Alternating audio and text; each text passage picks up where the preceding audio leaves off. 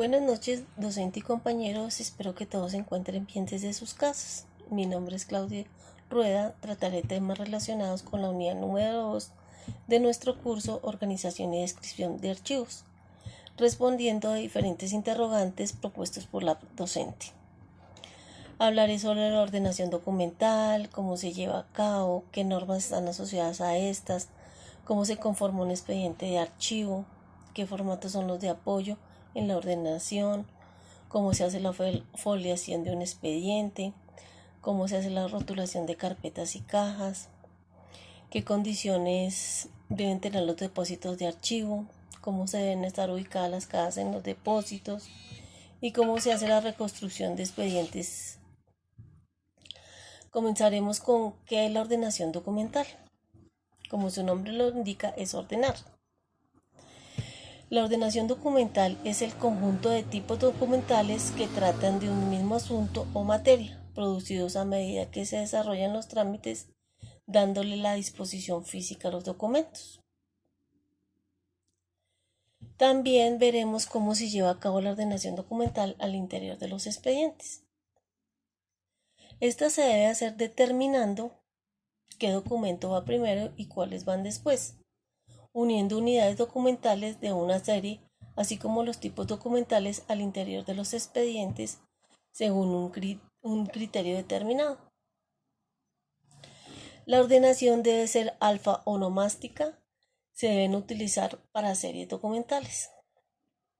Estas están compuestas por expedientes que permanecen abiertos por grandes lapsos de tiempo.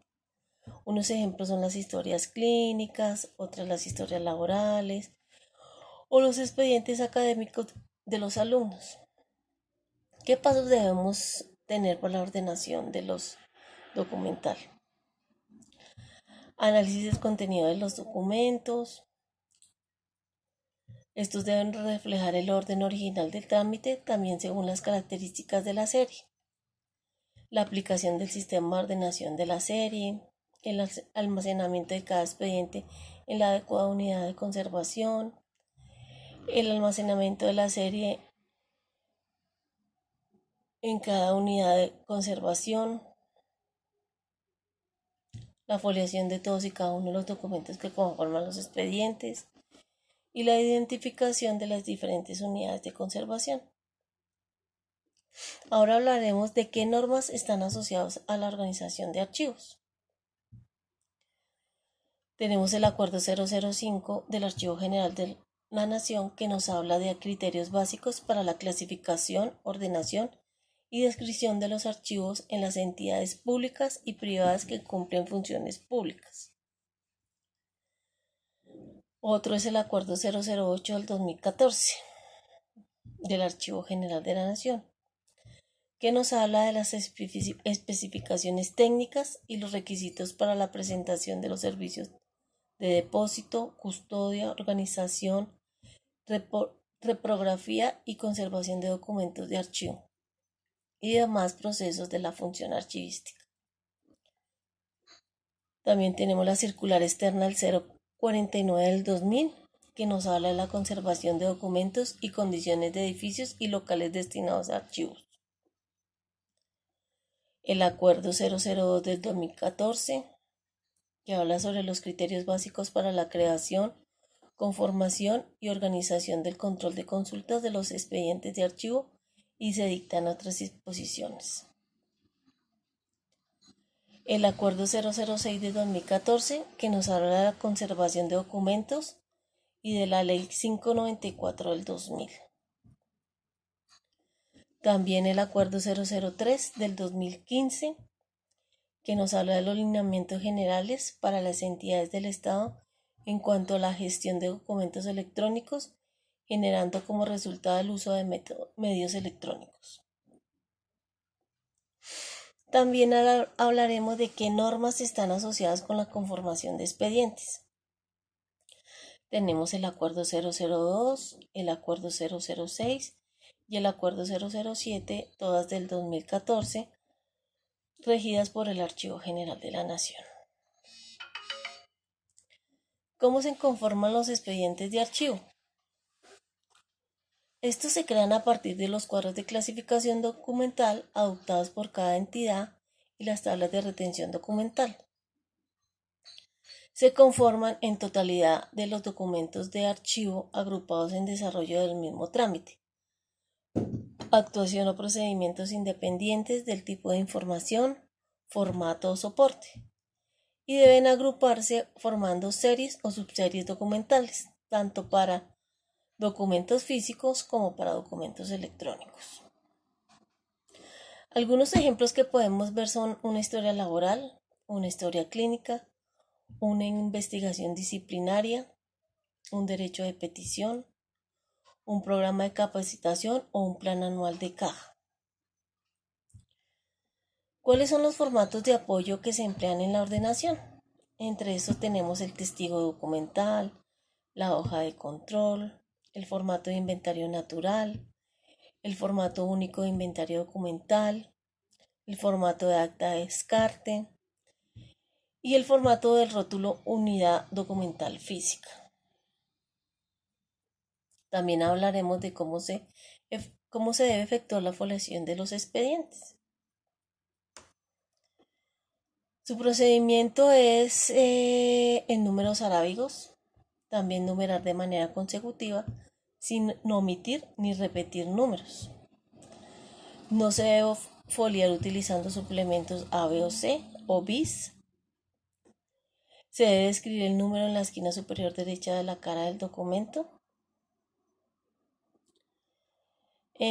¿Cómo se deben efectuar la rotulación de las carpetas y las cajas de archivo? ¿Qué información deben contener el rótulo y cuál es la posición adecuada de su ubicación? En el caso de las carpetas deben contener el código de acuerdo a las tablas de retención documental, en la ubicación física del expediente, la empresa, el mes y el año. Eso es en el caso de las carpetas. Las cajas deben tener el nombre de la dependencia y su código, las series, las subseries, la descripción, la fecha final y la fecha inicial, el número de la caja y el número de las carpetas. Tanto para las cajas como para las carpetas, el rótulo debe estar ubicado en la parte frontal superior izquierda. La posición adecuada para la ubicación de las carpetas es de forma consecutiva, de izquierda a derecha, con el rótulo a la vista para ser de fácil uso. También veremos qué condiciones deben cumplir los depósitos de archivo. Como sabemos, los depósitos de archivo en una empresa son muy importantes. Ahí es donde se custodian todos los documentos que en esta se hacen. Las condiciones deben ser un terreno sin riesgos de humedad o problemas de inundaciones, lejos de industrias contaminantes o posibles peligros, espacio suficiente para albergar documentación acumulada y su natural incremento. En este caso, en muchas empresas no piensan a un futuro y hacen esos espacios muy reducidos. ¿Qué pasa con eso? Hay acumulación de documentos. Puede haber pérdida de estos documentos. También es muy difícil a veces encontrar un documento entre tanto desorden. Su temperatura debe estar entre 15 y 20 grados centígrados y su humedad debe estar entre 45 y 60 grados, entre 45 y 60% de humedad. ¿Cómo se debe organizar las cajas al interior de los depósitos de archivo? Las cajas se deben organizar en estanterías que cumplan con los protocolos establecidos, que tengan buena visibilidad y marcadas con números consecutivos y letras en orden alfabético.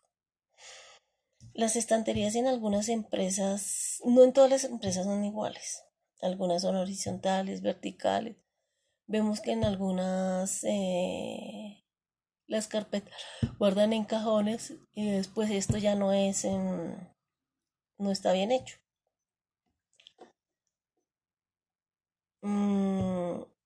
¿Cómo se deben llevar a cabo un proceso de reconstrucción de los expedientes? Ese es un un proceso muy dispendioso. También por la parte legal no es muy bueno. Se debe llevar a cabo un seguimiento de quién estaba a cargo de los documentos, qué fue lo que pasó, cuándo pasó.